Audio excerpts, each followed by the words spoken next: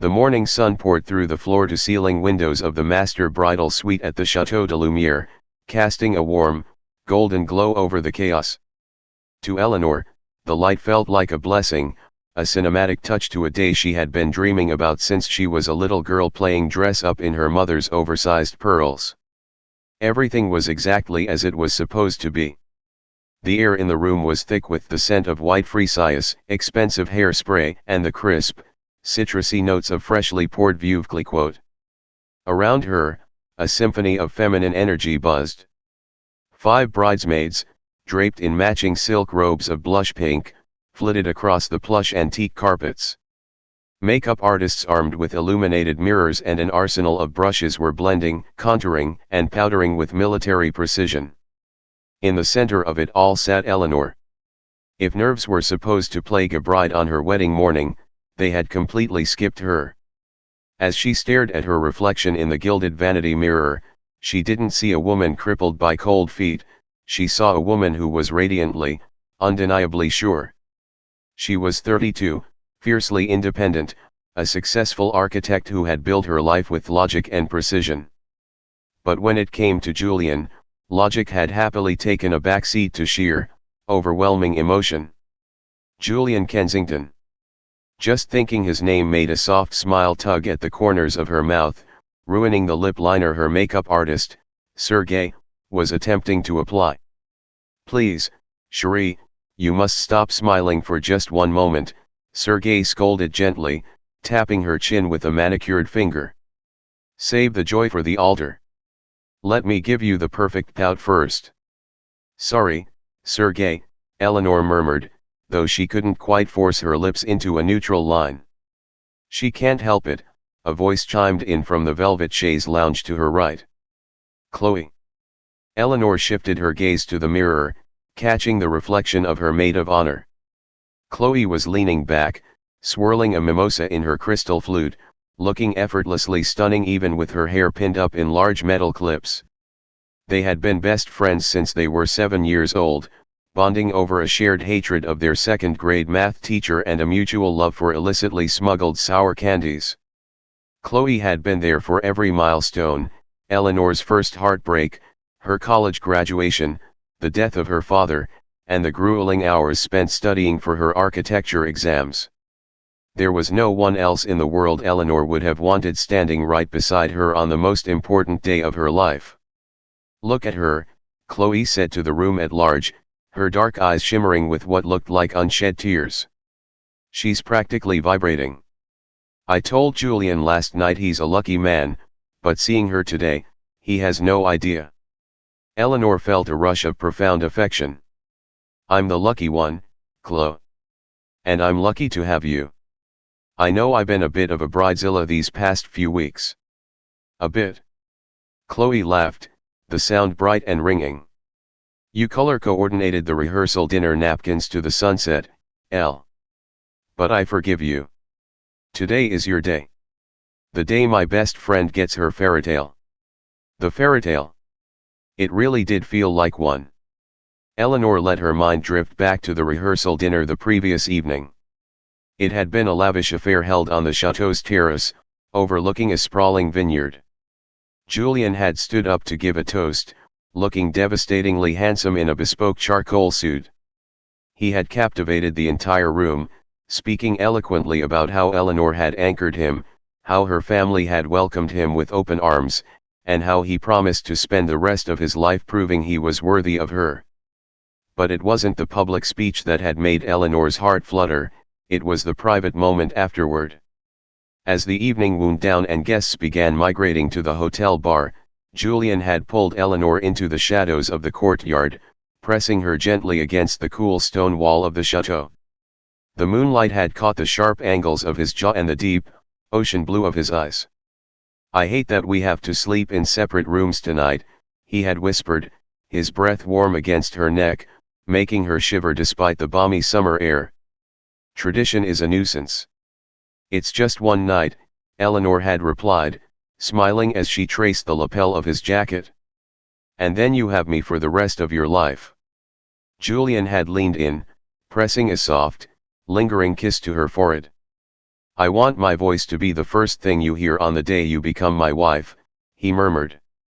I'm going to leave you a voicemail right at midnight. Don't listen to it until you wake up. A little something to start our wedding day perfectly.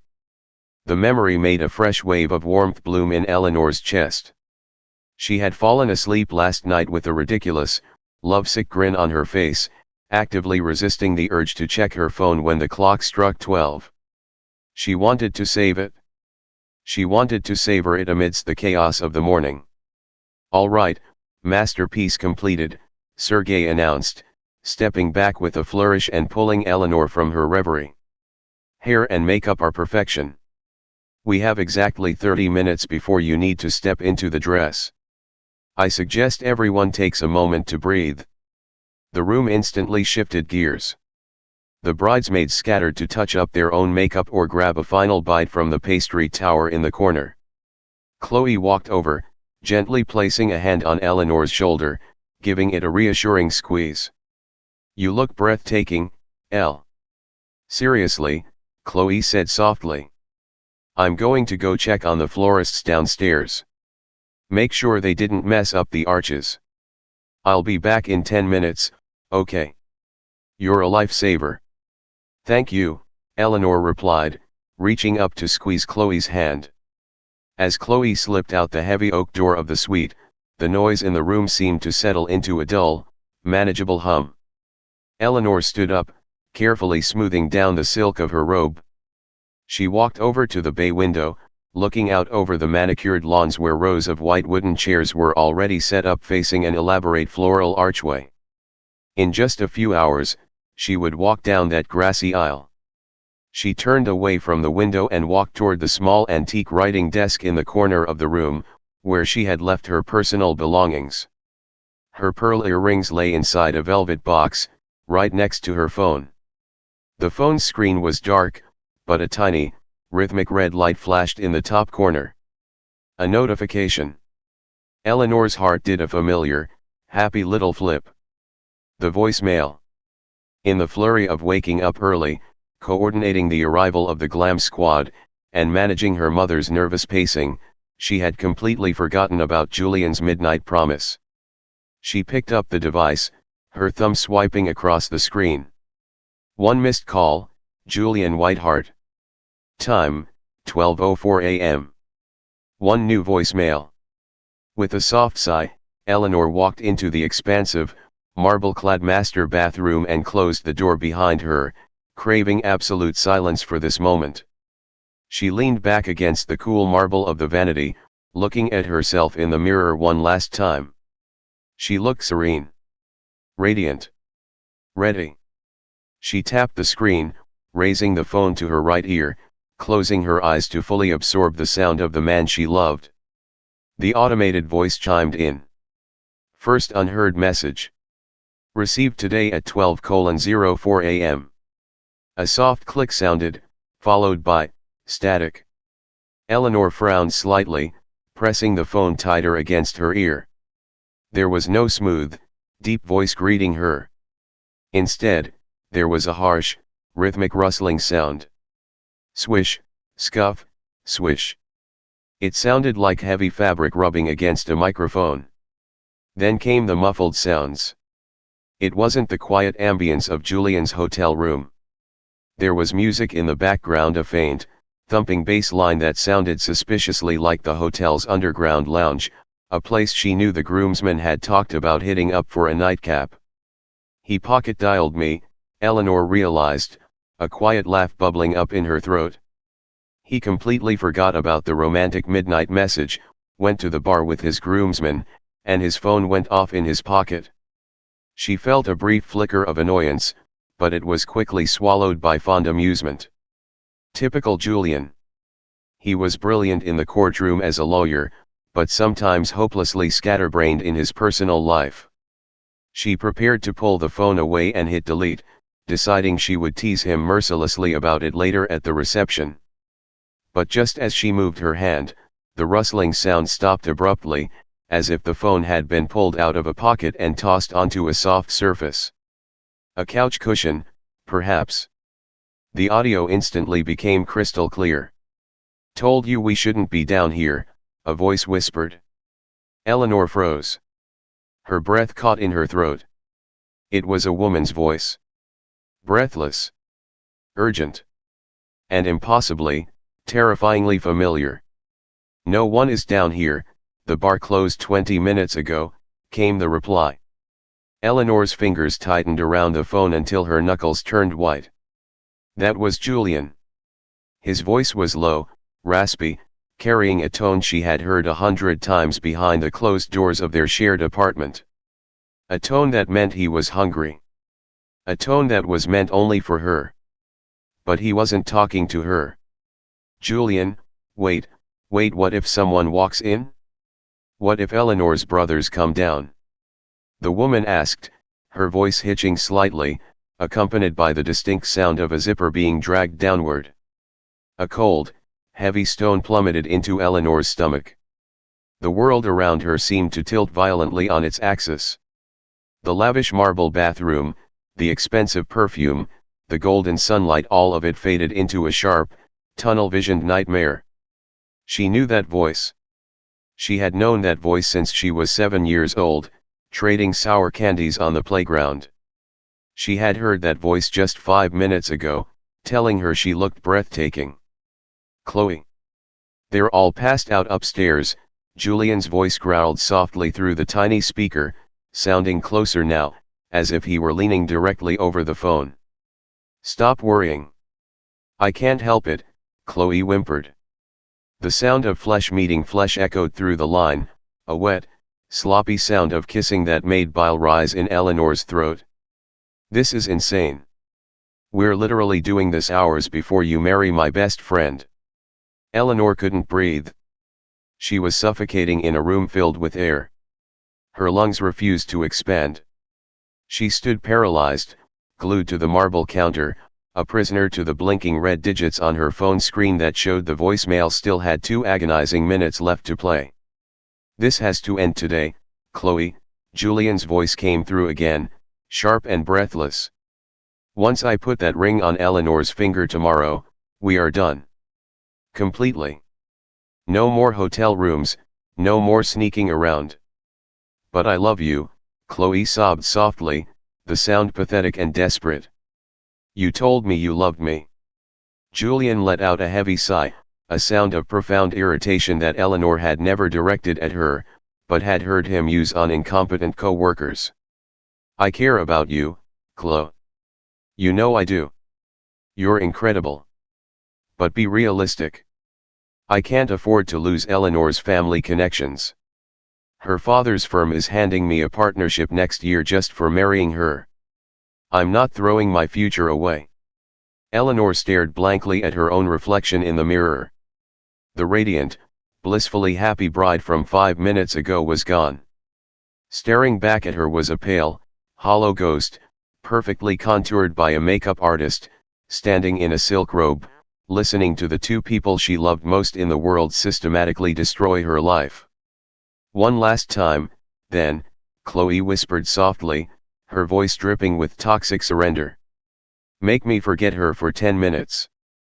The audio devolved into heavy breathing and the creak of leather furniture. Eleanor didn't pull the phone away. She stood in the deafening silence of the marble bathroom, letting every single second of the remaining minute and 45 seconds burn themselves into her memory.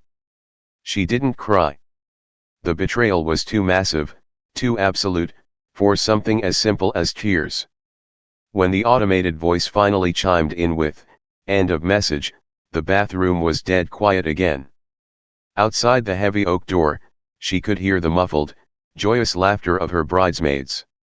She could hear the clinking of champagne glasses. Eleanor lowered the phone. She looked down at her hands, which were shaking uncontrollably, and then looked back up at her reflection. Her heart, which had been so full and light just moments before, was now a jagged, bleeding thing, replaced by a cold, calculating darkness. The voicemail hadn't just ruined her wedding day. It had shattered her entire reality. But as Eleanor unpaused the audio, dragging the slider back to the beginning and hitting save to device, she made a silent vow of her own. Julian wanted a wedding. Chloe wanted a show. She was going to give them both exactly what they deserved. The silence in the master bathroom was absolute, save for the frantic, erratic thumping of Eleanor's own heart against her ribs. She stared at the phone in her hand as if it had suddenly transformed into a venomous snake. The screen had gone dark again, returning to its sleek, harmless appearance, but the poison had already been injected straight into her veins. 10 minutes. Chloe had asked him to make her forget her best friend for 10 minutes. Julian had agreed because he couldn't afford to lose her father's firm. A sudden, violent wave of nausea hit her. Eleanor dropped the phone onto the marble vanity with a sharp clatter and gripped the edges of the sink, her knuckles turning bone white. She leaned forward, bowing her head as she gasped for air. It felt as though all the oxygen had been sucked out of the room, leaving her drowning in a dry, invisible ocean.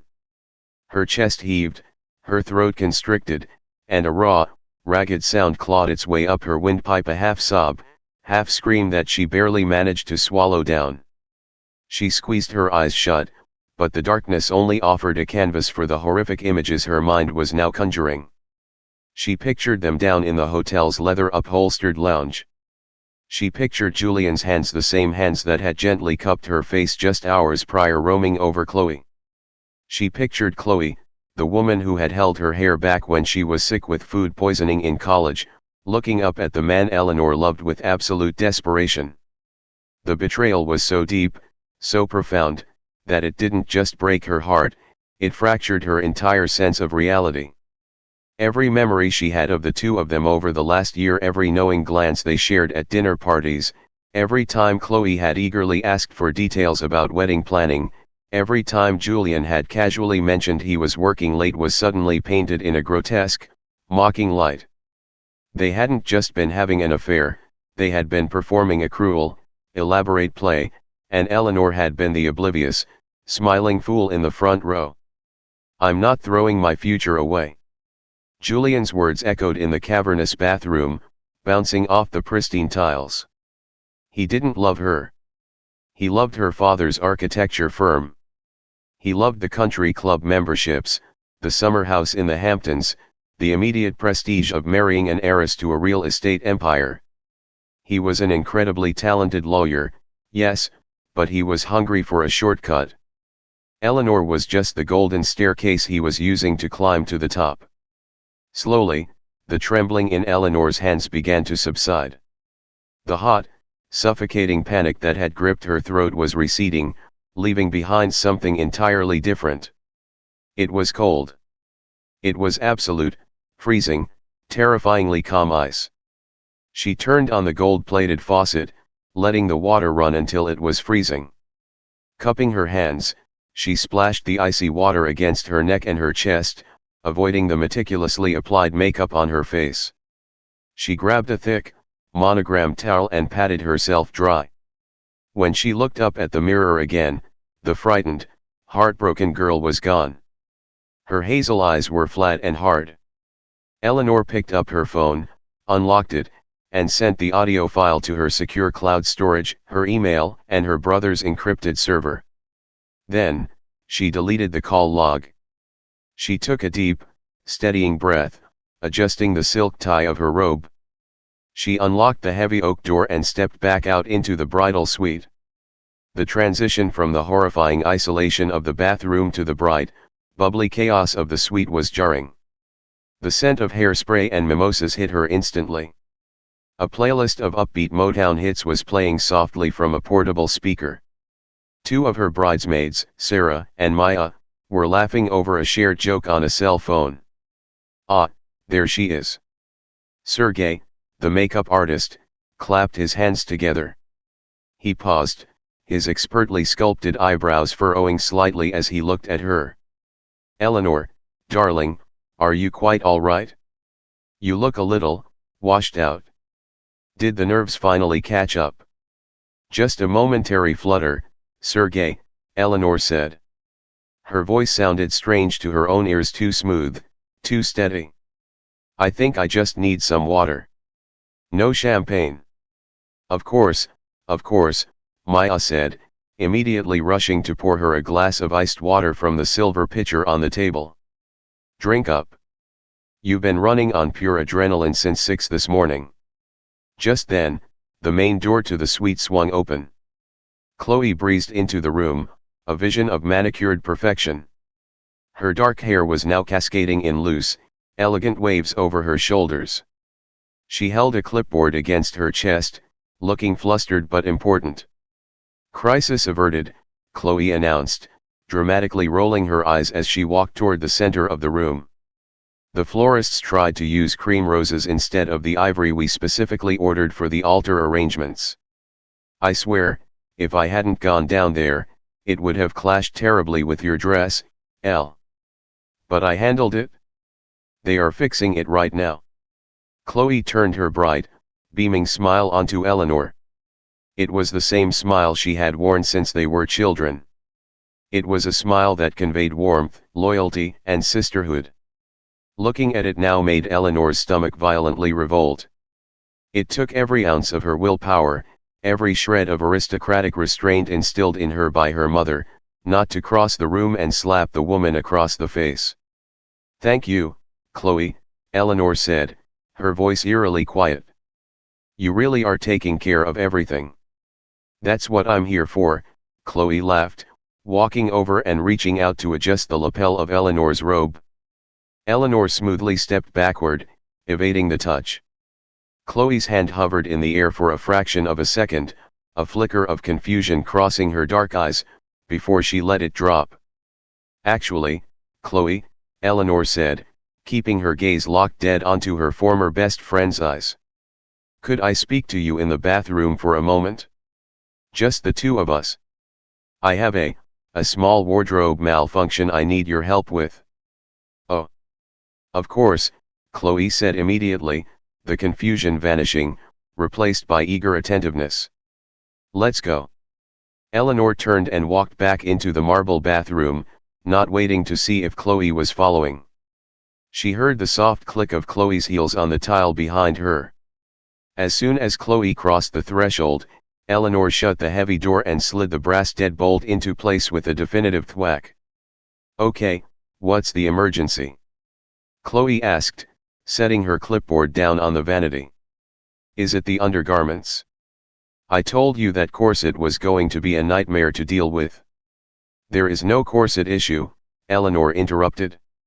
She didn't move away from the door. She stood tall, her arms crossed defensively over her chest. Chloe paused, looking at Eleanor's reflection in the mirror before turning around to face her. The bubbly energy slowly drained from her posture, replaced by a cautious hesitation. "Elle? Are you okay? You look really pale. Are you having second thoughts?" "Second thoughts," Eleanor repeated, tasting the words. "That's an interesting way to phrase it. Hey." Chloe took a step forward, her expression morphing into one of deep, manufactured concern. She reached out, her voice dropping to that intimate, soothing register she always used when Eleanor was stressed. "It's just me. It's Chloe. Talk to me. Are you freaking out? It's totally normal to freak out. Julian is amazing, he loves you so much. Stop." The word cracked like a whip in the confined space. Chloe physically recoiled, her mouth snapping shut. Eleanor slowly uncrossed her arms. She reached into the pocket of her robe and pulled out her phone. She didn't break eye contact with Chloe as her thumb tapped the screen, navigating to the saved audio file. She turned the volume all the way up to maximum. "Julian left me a voicemail at midnight," Eleanor said, her voice entirely devoid of emotion. "To start our wedding day perfectly."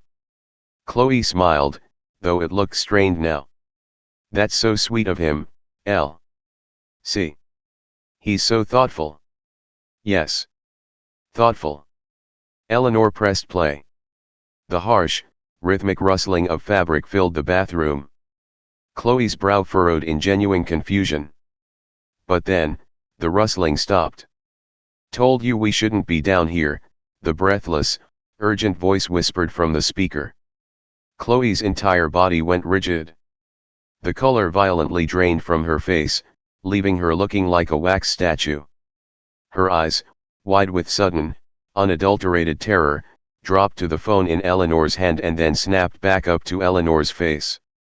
"No one is down here, the bar closed 20 minutes ago," Julian's deep voice answered. Eleanor watched Chloe with the detached fascination of a scientist observing a dying insect. She watched the realization hit. She watched the desperate, frantic calculation in Chloe's eyes as she tried to figure out if there was any possible way to lie her way out of this. "Julian, wait, what if someone walks in? What if Eleanor's brothers come down?" "Eleanor." Chloe choked out, her voice trembling violently. She took a step back, hitting the edge of the marble counter. "Eleanor, wait, please, that's not. They're all passed out upstairs. Stop worrying." "Don't speak," Eleanor hissed, her voice dripping with absolute venom. "Don't you dare speak over him. I listened to it. Now you will too." Chloe clapped a hand over her mouth, tears instantly spilling over her eyelashes and ruining her expensive mascara. She began to shake, her knees buckling slightly. The audio continued, an agonizingly clear broadcast of her own betrayal. "This has to end today, Chloe. Once I put that ring on Eleanor's finger tomorrow, we are done." A harsh sob tore from Chloe's throat. She sank to the floor, her silk bridesmaid dress pooling around her. She pulled her knees to her chest, burying her face in her hands, unable to look at Eleanor as her own voice pleaded for Julian's love through the tiny speaker.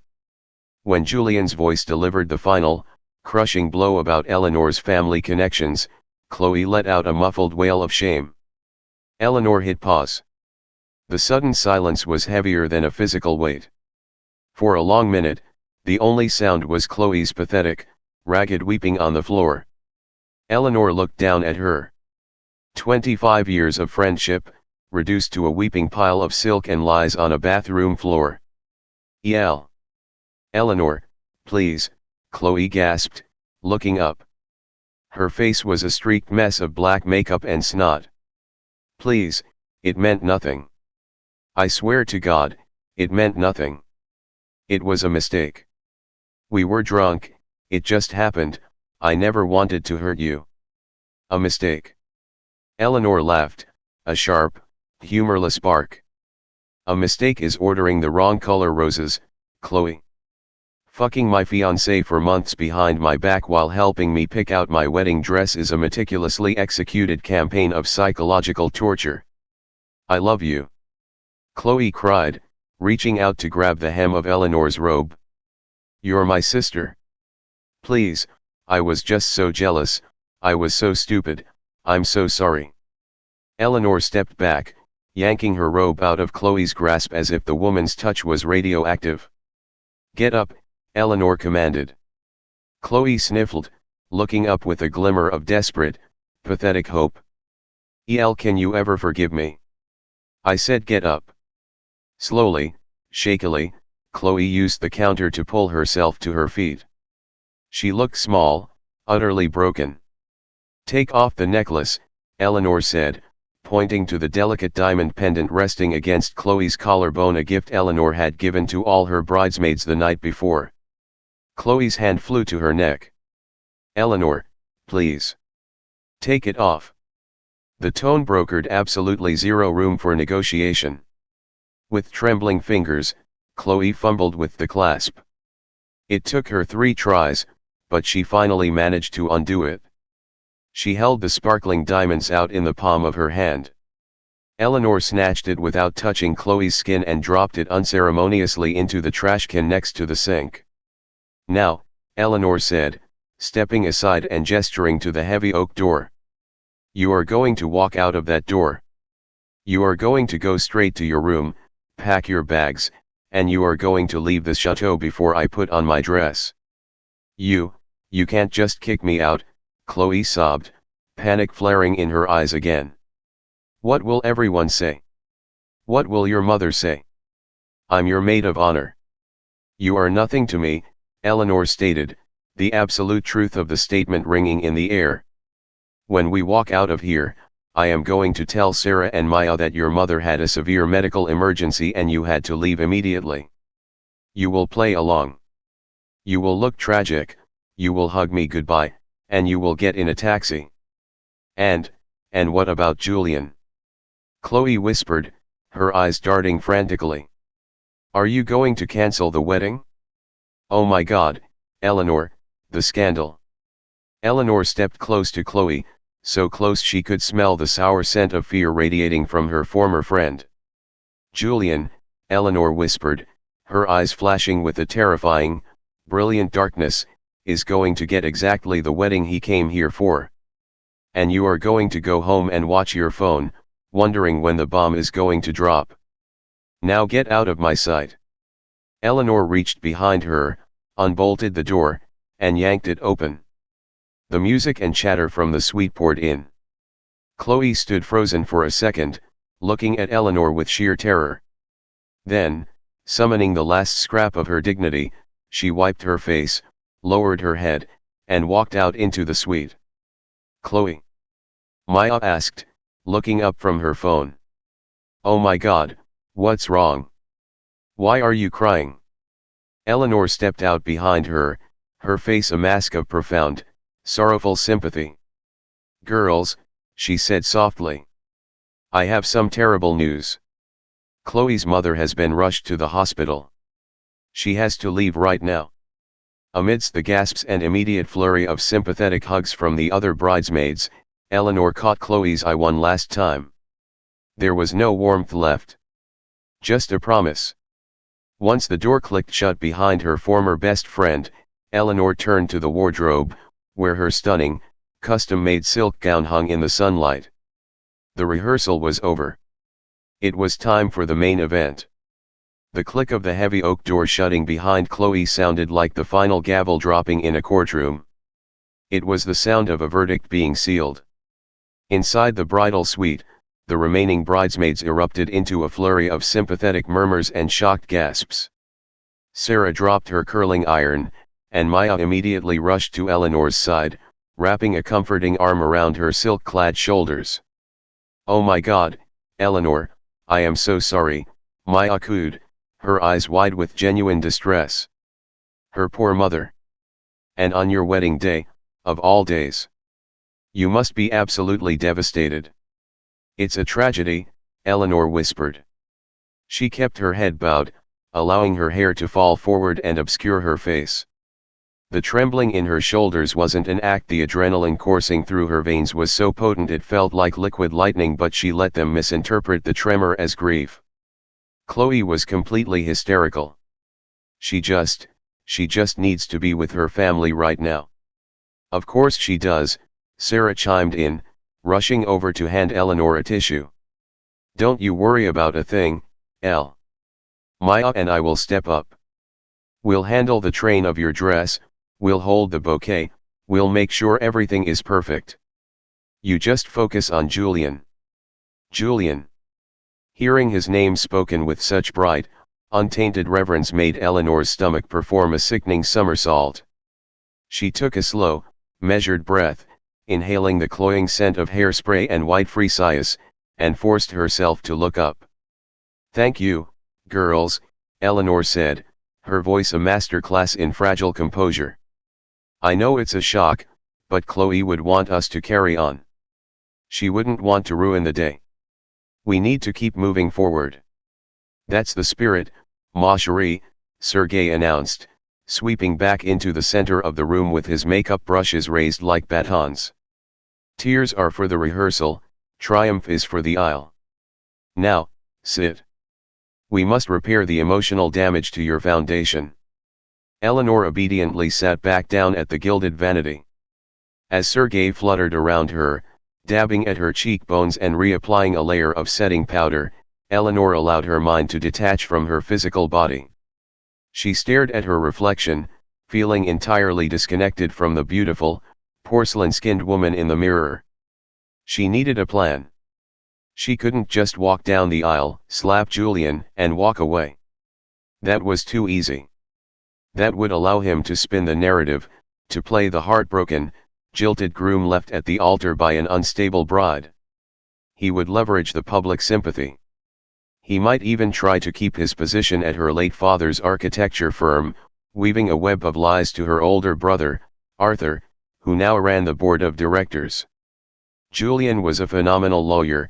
His entire career was built on persuading juries and manipulating the truth. If it was simply her word against his, he would find a way to muddy the waters. No, he needed to be exposed. Publicly, irrefutably, and devastatingly. He had planned to use her family and her friends as an audience for his grand, deceptive performance. She was simply going to change the script. "All right, ladies," Eleanor's mother, Beatrice, declared as she swept into the suite. Beatrice was a formidable woman, dressed in a stunning, custom-tailored emerald gown that perfectly complemented her silver hair. The string quartet is setting up, the guests are taking their seats, and Arthur is pacing the hallway downstairs like a caged tiger. It is time for the dress. A collective squeal of excitement went up from the bridesmaids. Maya and Sarah practically sprinted to the antique mahogany wardrobe, carefully unzipping the opaque garment bag that held the centerpiece of the day. As they pulled the dress out, the room seemed to catch its breath. It was a masterpiece of haute couture, a cascading A-line gown made of heavy, luminous Duchess satin, overlaid with intricate, hand-stitched Chantilly lace that crawled delicately up the bodice. It had taken 6 months, 4 trips to Paris, and a small fortune to create. Yesterday, Eleanor had looked at the dress and seen her future. She had seen the look of awe she anticipated on Julian's face. Today, as she stood up and let the silk robe slip from her shoulders to pool at her feet, she looked at the gown and saw a suit of armor. "Careful with the lace," Beatrice instructed, her voice thick with sudden, overwhelming emotion. She stepped forward, helping Eleanor step into the voluminous layers of tulle and silk. "Oh, Eleanor, my beautiful girl." As the bodice was pulled up and the intricate row of silk-covered buttons was fastened up her spine, Eleanor felt a physical constriction. The dress was heavy. It pulled her posture perfectly straight, forcing her to hold her head high. She turned toward the full-length mirror. The woman looking back at her was regal, untouchable, and completely terrifying. The veil, edged in matching Chantilly lace, was pinned securely into her elaborate updo, cascading down her back like a waterfall of white frost. "You look like royalty," Sarah whispered, wiping a tear from her eye. "Your father," Beatrice said, her voice cracking as she stepped up behind Eleanor and placed a warm hand on her daughter's shoulder. "Your father would be so incredibly proud of you today. He always said you deserved a man who would move mountains for you. And Julian. Julian is such a good man, Eleanor. He respects our family, he honors your father's legacy, and he loves you so deeply." The words were like daggers dragging across Eleanor's ribs. "He respects our family." Beatrice had no idea that the man waiting at the altar viewed their family as nothing more than a corporate ladder. He had preyed on a grieving family, playing the role of the steadfast, supportive partner while laughing behind their backs in hotel rooms with her best friend. Eleanor reached up and covered her mother's hand with her own. "I know, Mom," she said, her voice miraculously steady. "Julian is exactly who he showed us he is. Today, everyone will see that. Okay, 10 minutes until we walk." The wedding planner, a frantic woman with a headset, called out as she poked her head into the suite. "Bridal party, let's head down to the holding area. Eleanor, you stay here for your final quiet moment. We will come fetch you in 5. We'll see you down there, Maya said, giving her a careful hug so as not to crush the tulle. As her mother and the bridesmaids filed out of the room, the heavy door clicked shut, leaving Eleanor entirely alone in the massive suite. The clock was ticking.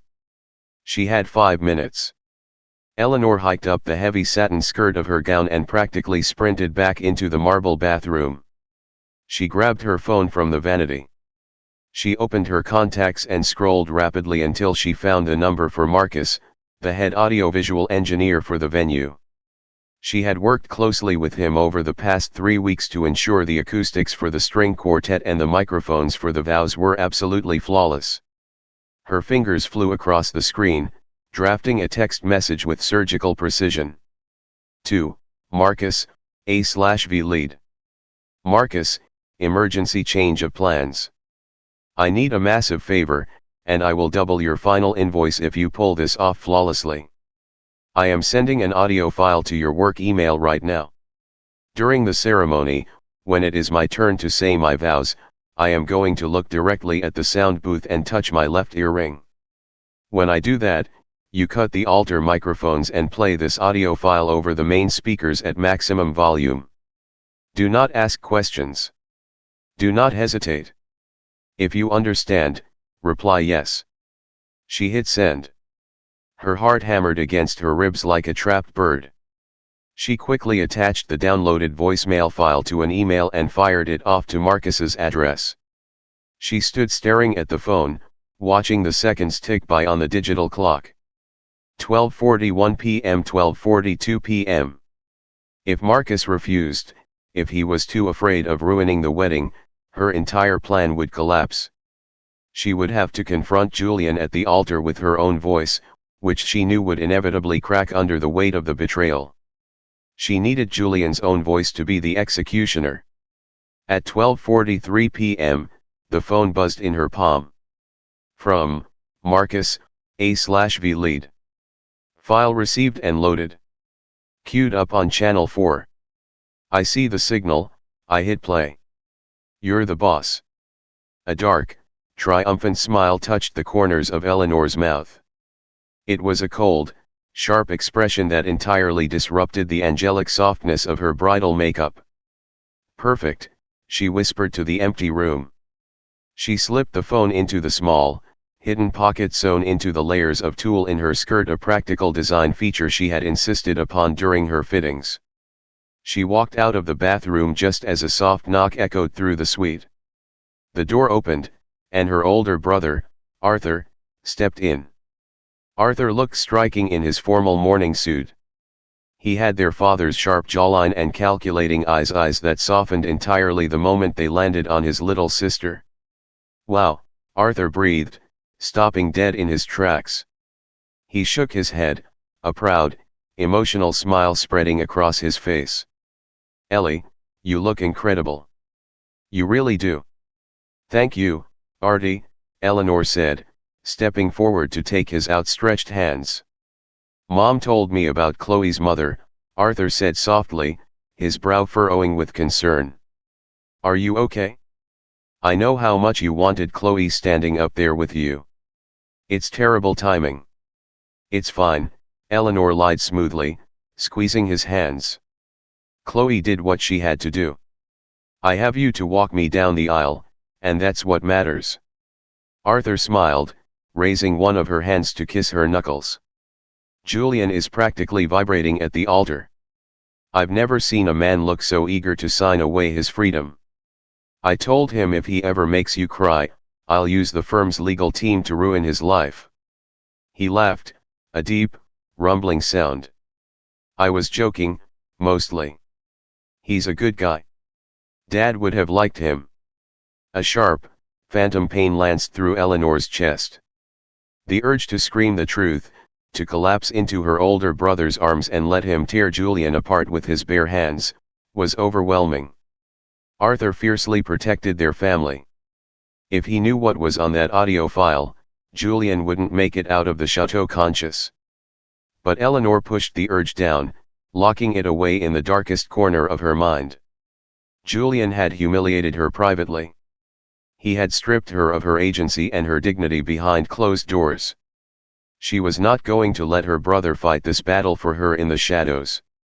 She was going to execute her own justice, in the blinding light of the midday sun, in front of 200 of their closest friends, family, and Julian's esteemed colleagues. Are you ready? Arthur asked, offering her his arm. The string quartet just transitioned to Pachelbel's canon. That's our cue. I've never been more ready for anything in my entire life, Eleanor said. The absolute, chilling sincerity in her voice made Arthur blink in slight surprise, but he quickly chalked it up to bridal conviction.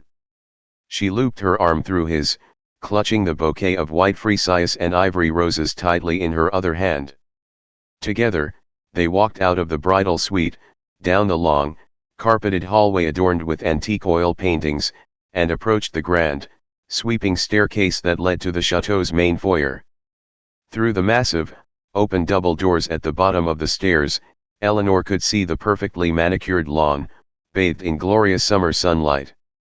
She could see the backs of the white wooden chairs, filled with guests in their finest attire. And at the end of the long, white carpet, framed by an archway of, thankfully ivory, flowers, stood Julian. He looked devastatingly handsome, his dark hair perfectly styled, his broad shoulders filling out the expensive suit she had helped him pick out. As he caught sight of her emerging from the darkness of the chateau into the light of the doorway, his face broke into a smile of such profound, seemingly genuine joy that Eleanor felt a momentary surge of vertigo. How could a monster wear such a beautiful mask? How could the man who had traded her love for a corporate partnership look at her with such convincing adoration? It doesn't matter, Eleanor told herself, her grip on Arthur's arm tightening like a vice. The play is over. It's time to bring down the curtain. Deep breath, Ellie, Arthur whispered as they stepped out onto the threshold, the warm summer breeze catching the edge of her long, lace-trimmed veil. This is it. Eleanor locked her eyes on Julian. The cold, dead space inside her chest crystallized into pure, unadulterated resolve. She didn't look at the smiling guests. She didn't look at her mother weeping softly in the front row. She kept her gaze fixed squarely on the man who thought he had won everything. She took her first step down the aisle. The first, resonant notes of Pachelbel's canon drifted out from the string quartet, floating over the manicured lawns of the Château de Lumière. It was the signal. 200 guests stood in unison, a sea of pastel silks, expensive linen suits, and wide-brimmed hats, all turning their heads toward the grand double doors of the chateau. Eleanor tightened her grip on Arthur's arm. The heavy, sunlit air of the summer afternoon washed over her, carrying the sweet scent of crushed grass and blooming jasmine. It was a suffocatingly perfect day. "You look stunning, Ellie," Arthur whispered from the corner of his mouth, his chest swelling with brotherly pride. "Take your time. Let them look." They stepped onto the thick white carpet that served as the aisle. Eleanor's entrance was met with a collective, audible gasp from the crowd. She knew she looked like a vision, the epitome of aristocratic grace draped in custom Chantilly lace and Duchess satin. Her veil trailed behind her like a mist, catching the sunlight, while the ivory roses in her bouquet trembled slightly in her gloved hands. But as she placed one satin-heeled foot in front of the other, moving in slow, measured time with the cellos, she didn't see the faces of the people she had known her entire life. She didn't see her mother, Beatrice, dabbing at her eyes with a lace handkerchief in the front row. She didn't see her father's old business partners, or her college roommates, or Julian's sprawling, affluent family from Boston. Her vision was a dark, narrow tunnel, and at the end of it stood Julian Kensington. He was standing beneath a towering archway of woven ivory roses and green ivy, looking like a prince straight out of a storybook. His hands were clasped in front of him, his posture impeccable. As Eleanor drew closer, she could see the glistening moisture in his eyes. He was crying. He was actually, convincingly crying. A wave of profound, icy revulsion washed over Eleanor, so strong it threatened to buckle her knees. Look at him, she thought, her hazel eyes locking onto his deep blue ones. Look at the master at work. He wasn't crying because he was overwhelmed by love. He was crying because he was looking at his prize. He was looking at the partnership at her father's firm, the social elevation, the lifetime of financial invulnerability wrapped up in a beautiful, oblivious package. He was crying because he had pulled off the ultimate con, and the finish line was only 20 feet away. "Breathe," Arthur murmured gently, misinterpreting her sudden rigidity as bridal nerves. "I've got you." "I'm okay," Eleanor said softly, the words barely carrying past her veil. "I've never been more okay." They reached the end of the aisle. The music swelled to a triumphant crescendo and then elegantly faded away, leaving only the sound of the warm breeze rustling the leaves of the ancient oak trees. Arthur turned to Eleanor, lifting the delicate lace of her blusher veil up and over her head, exposing her face to the sun. He kissed her gently on the cheek. Then, he turned to Julian. The two men shook hands. "Take care of her, Julian," Arthur said, his voice low but carrying a distinct weight. "She is the best of us." "With my life, Arthur," Julian replied, his voice thick with practiced, gravelly emotion. "I promise you." Arthur stepped back, taking his place in the front pew next to Beatrice. Eleanor stepped forward.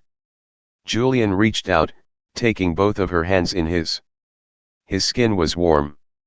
His thumbs gently stroked her knuckles, a familiar, intimate gesture that, just 24 hours ago, would have made her heart flutter.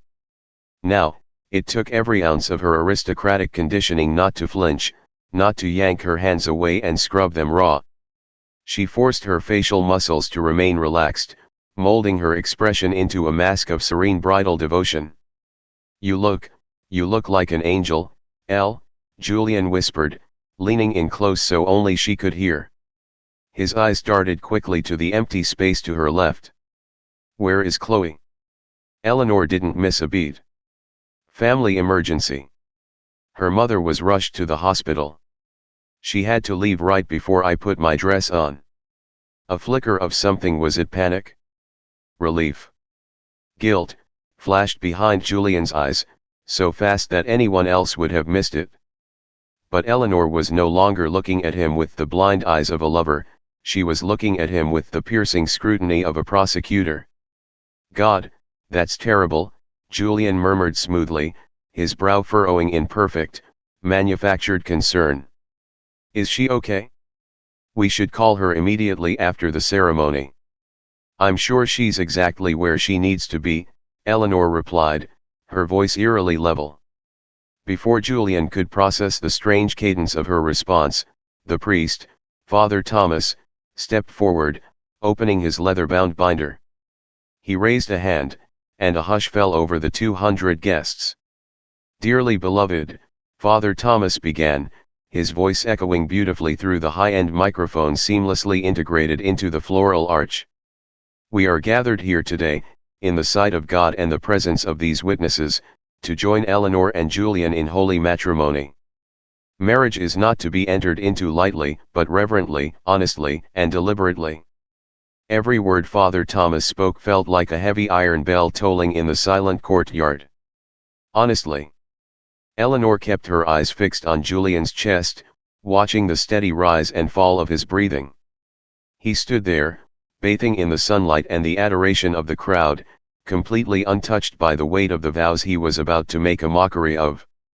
The ceremony progressed through the traditional readings and blessings. It felt as though time had slowed to an excruciating crawl.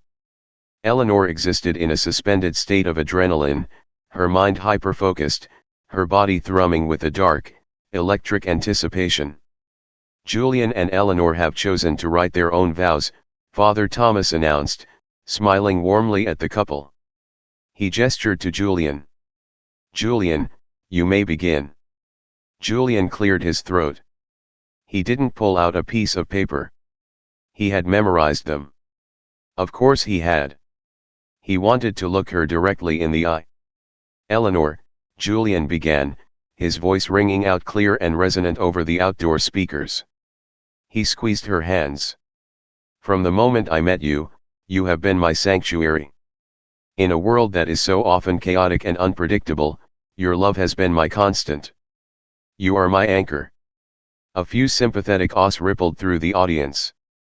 Eleanor saw her mother wipe another tear away. "I stand before you today, not just as a man who loves you, but as a man who respects you above all others," Julian continued, his voice dropping an octave, brimming with dramatic sincerity. I promise to honor our family. I promise to be your fiercest protector, your most loyal confidant, and your faithful partner. I promise that there will never be a day where you have to question my devotion to you. You are my only truth, Eleanor. Today, tomorrow, and for the rest of my life. It was a masterful performance. It was Pulitzer-worthy.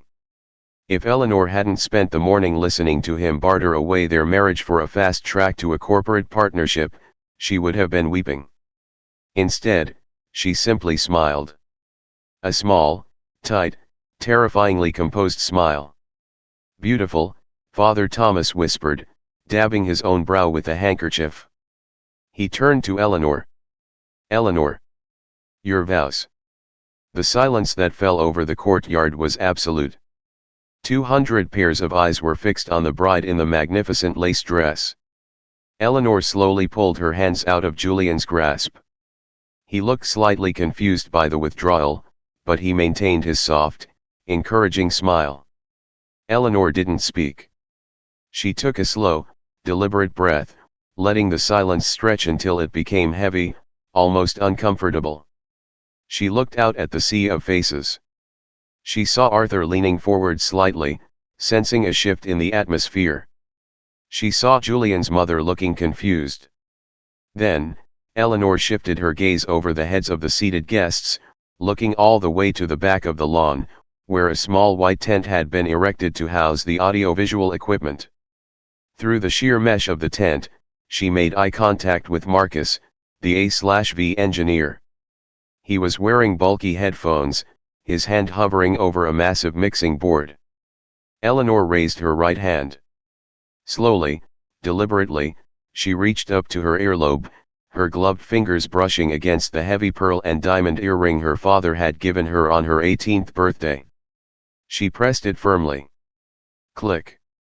The subtle ambient hum of the microphone clipped to Father Thomas's robes vanished instantly.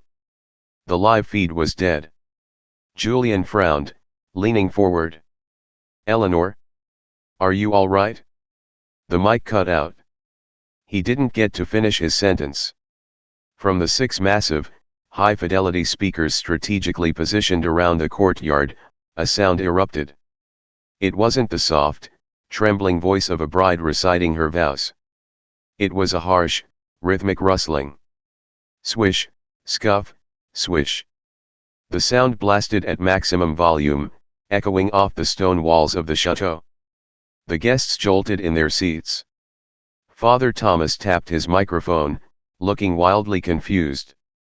Julian blinked, stepping back, looking up at the speakers hidden in the floral arrangements. Then, the rustling stopped. And a voice breathless, desperate, and unmistakably female echoed across the pristine lawn. Julian, wait, what if someone walks in? What if Eleanor's brothers come down? The courtyard froze. It was as if someone had hit pause on reality. The temperature seemed to drop 10 degrees. Arthur, sitting in the front row, went entirely rigid. Beatrice dropped her lace handkerchief. Julian Kensington turned to stone. The blood drained from his face so fast he looked like a corpse. His mouth fell open, his eyes widening in sheer, unadulterated terror as he recognized the audio. He looked wildly at Eleanor, but she was standing perfectly still, her face an unreadable mask of marble, watching him burn. The speakers showed no mercy. The audio was pristine, uncompressed, and deafening. They're all passed out upstairs, Julian's own voice boomed over the crowd, dripping with arrogance and raw lust. Stop worrying. A collective gasp, loud and horrified, ripped through the 200 guests. A woman in the third row let out a muffled shriek. I can't help it, Chloe's voice sobbed through the speakers, accompanied by the wet, sickening sound of skin against skin. This is insane. We're literally doing this hours before you marry my best friend. Turn it off. Julian suddenly screamed, his voice cracking in panic. He spun around, looking desperately at the A/V tent in the back. Cut the power. Turn it off right now. But Marcus was loyal to the woman who was paying him double. He didn't touch the board. "This has to end today, Chloe," Julian's voice continued to broadcast, cold and calculating, drowning out his own live screams. "Once I put that ring on Eleanor's finger tomorrow, we are done. Completely. No more hotel rooms, no more sneaking around. Eleanor, please." Julian lunged forward, grabbing her arms. His perfect hair was disheveled, his eyes wild with the frantic desperation of a trapped animal. "Eleanor, it's out of context, it's AI, it's a fake, I swear to God." Eleanor didn't move. She didn't flinch. She simply looked down at his hands on her expensive lace, and then back up into his terrified eyes. "Take your hands off my sister." The voice was a low, terrifying growl. Arthur had vaulted over the front pew. He grabbed Julian by the collar of his bespoke suit and violently shoved him backward. Julian stumbled, crashing into the floral archway, sending a shower of ivory roses cascading to the wooden floor. "But I love you," Chloe's pathetic plea echoed through the chaos. "You told me you loved me." The courtyard had erupted into absolute pandemonium. Julian's mother was hyperventilating. Beatrice was being held up by Sarah and Maya, weeping hysterically into her hands. Guests were standing up, murmuring in shocked, disgusted tones, pointing at the altar. But the voicemail wasn't finished. It was building to the crescendo. Eleanor waited for it. She wanted every single one of his esteemed colleagues, every partner at the firm, to hear the punchline. "I care about you, Chloe." "You know I do," Julian's recorded voice sighed with profound irritation. "But be realistic. I can't afford to lose Eleanor's family connections. Her father's firm is handing me a partnership next year just for marrying her. I'm not throwing my future away." The silence that followed that specific sentence was more deafening than the audio itself. It was the sound of a man's entire life, reputation, and future disintegrating into ash in real time. Julian lay sprawled against the base of the broken archway, looking up at the crowd. He was ruined. The mask was completely shattered, leaving nothing but a pathetic, calculating fraud exposed to the sunlight. The audio faded into heavy breathing, and finally, the automated voice announced, "End of message." Marcus cut the feed. The sudden absence of the roaring audio left the courtyard ringing with the sounds of crying and furious whispering. Arthur stood over Julian, his fists clenched so tight his knuckles were white, vibrating with the urge to beat the man to a pulp. "Give me one reason," Arthur hissed, his voice vibrating with lethal intent, "why I shouldn't kill you right here." "Arthur! Stop!" Eleanor's voice wasn't loud, but it cut through the chaos like a diamond blade. Arthur breathed heavily, keeping his eyes on Julian, but he slowly stepped back, deferring to his sister. Eleanor stepped forward. She didn't look angry. She didn't look sad. She looked entirely, devastatingly unbothered. She looked down at the man who had promised to be her anchor.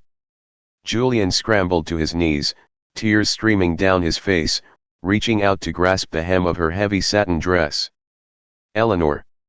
Eleanor, I'm sorry. I'm so sorry. I was stupid. I love you, please, you have to believe me." Eleanor looked at him for a long, quiet moment. She thought about the pain she had felt in the bathroom, the crushing, suffocating agony of betrayal. But looking at him now, a sniveling, pathetic liar kneeling in the ruins of his own making, she realized she didn't feel pain anymore. She just felt free. She lifted her bouquet of ivory freesias and roses. Slowly, deliberately, she let it drop from her gloved hands. It landed with a soft thud right in Julian's lap. "We're done," Eleanor whispered. She turned her back on him. She didn't run. She didn't cry. With her head held high, the heavy train of her Chantilly lace gown sweeping majestically over the white carpet, Eleanor walked back down the aisle, entirely alone, leaving the wreckage of Julian Kensington's life burning behind her. The walk back down the aisle was the longest of Eleanor's life, Yet it felt as though she were floating several inches above the ground. The heavy silk of her gown whispered against the white carpet a rhythmic, soothing sound that drowned out the cacophony of outrage erupting behind her. She did not look back. She did not look at the faces of the guests who were now standing, their mouths agape, their whispers a rising tide of shock. She did not look at the broken floral archway or the man kneeling in its ruins. She kept her eyes fixed on the grand double doors of the chateau. They stood open like the gates of a liberated city. As she crossed the threshold into the cool, shadowed foyer, the sunlight of the courtyard was replaced by the dim, quiet elegance of the interior. The air here was still, smelling of floor wax and old stone. Behind her, she heard the heavy, rhythmic thud of running footsteps. "Eleanor! Eleanor, wait!" It was Arthur. He caught up to her in the center of the foyer, his face flushed, his tie loosened. He reached out, gently catching her elbow to slow her down. "Ellie, stop for a second. Talk to me," he breathed, his chest heaving. "What do you want me to do? I'll have security throw him into the street. I'll call the lawyers. I'll make sure he never works in this state again." Eleanor stopped. She turned to look at her brother. For the first time since she had pressed play on that voicemail in the bathroom, a genuine, soft expression touched her face. She reached up, smoothing the lapel of his suit. "You don't have to do anything, Artie," she said softly. "I've already done it. He's gone. In every way that matters, Julian Kensington no longer exists in our world. But Mom, she's a mess. And the guests. Mom has you. And the guests have a story they'll be telling for the next 20 years, Eleanor replied, a ghost of a smile appearing on her lips. "I've spent my whole life being the perfect architect, Artie. Building things that are structurally sound, perfectly balanced, and pleasing to everyone else's eyes. Today, I realized that the most important thing I ever had to build was a way out." Arthur looked at her, searching her eyes. He didn't see the broken woman he had expected to find. He saw a woman who had just survived a fire and found she was made of asbestos.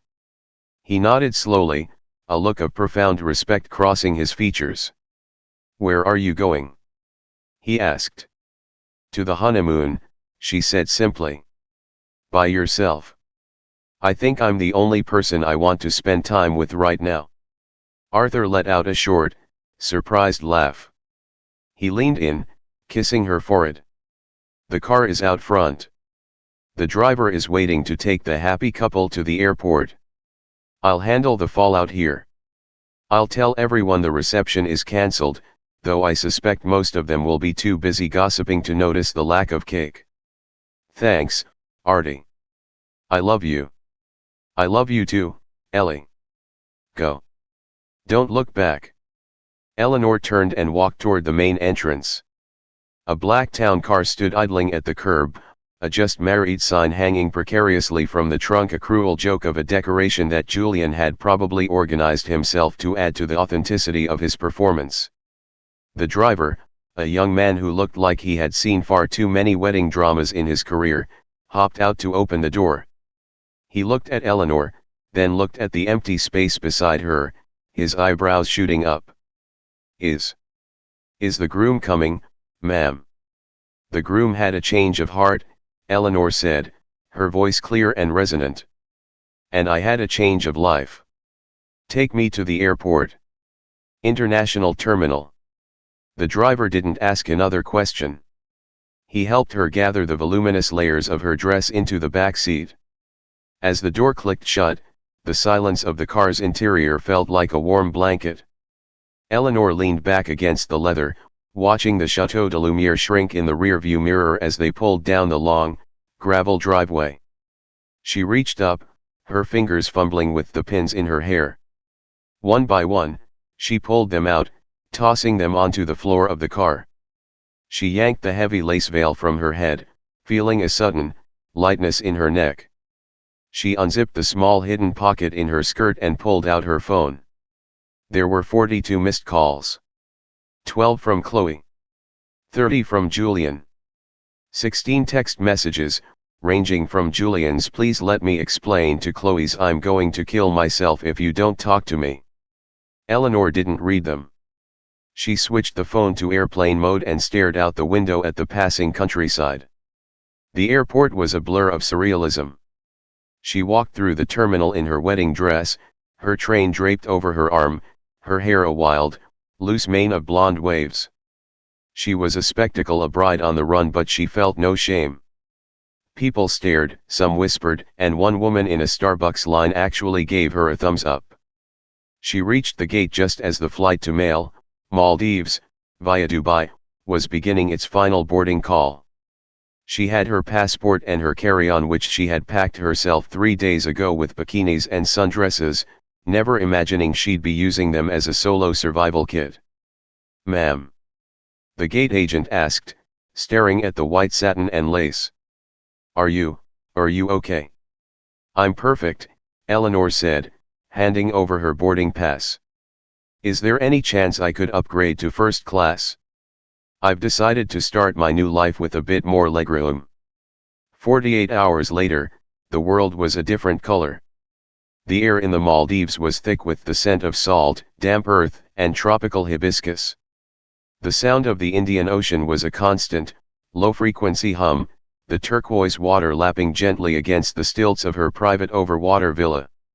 Eleanor sat on the wooden deck, her feet dangling over the edge. She wasn't wearing white satin anymore. She wore a simple, oversized linen shirt and a pair of sunglasses. Her skin was already beginning to glow with the first kiss of a tropical tan. On the small teak table beside her sat a single cocktail, a bright, citrusy concoction with a paper umbrella. And her phone. She finally turned off airplane mode. The device vibrated in her hand for nearly 3 minutes straight as the digital world caught up with her. The news had broken, of course. In the age of social media, a wedding day voicemail exposure at a high society chateau was gourmet food for the tabloids. Someone, likely one of the guests, had recorded the audio from the speakers and posted it to TikTok. It had 10 million views. Julian's name was Mud. His firm had released a formal statement distancing themselves from his actions, which was corporate speak for firing him. His Boston family had gone into hiding. Chloe had disappeared from social media entirely. Her medical emergency lie had been dismantled within hours. Eleanor scrolled through it all with the detached interest of someone reading a history book about a civilization that had collapsed centuries ago. It didn't hurt. It didn't even sting. She felt a strange sense of gratitude for the pocket dial. If Julian hadn't been so careless, she would be sitting here right now, holding his hand, believing in a ghost. She would have spent the next 10 years building a life on a foundation of sand. She opened her voicemail app. One saved message. She looked at the digital file. This was the monster that had destroyed her wedding. But as she stared at it, she realized it wasn't a monster at all. It was a key. It was the sound of the truth setting her free. She pressed the trash can icon. "Delete message," the prompt asked. "Yes," Eleanor whispered to the ocean. She then went into her contacts. She found Julian Whiteheart. She hit edit, deleted the heart, and then hit block this caller. She did the same for Chloe. As she set the phone down, a waiter appeared at the edge of her deck, carrying a small tray. "Another drink, Ms. Vance?" he asked with a polite smile. Eleanor looked out at the horizon, where the sun was beginning to dip below the water, turning the sky into a bruised, beautiful palette of violet and gold. The world was vast, and for the first time in her life, she didn't have a blueprint for what came next. No architectural plans, no wedding schedules, no expectations. She looked at the waiter and smiled. "Actually," she said, her voice steady and bright, "I think I'm ready for dinner. At a table for one. The best view in the house, please." She stood up, the linen of her shirt fluttering in the evening breeze. She had lost her fiancé, her best friend, and her wedding day. But as she walked back into her villa to get ready for the night, Eleanor realized she hadn't lost anything that was worth keeping. She had saved herself. And the view from the other side was breathtaking.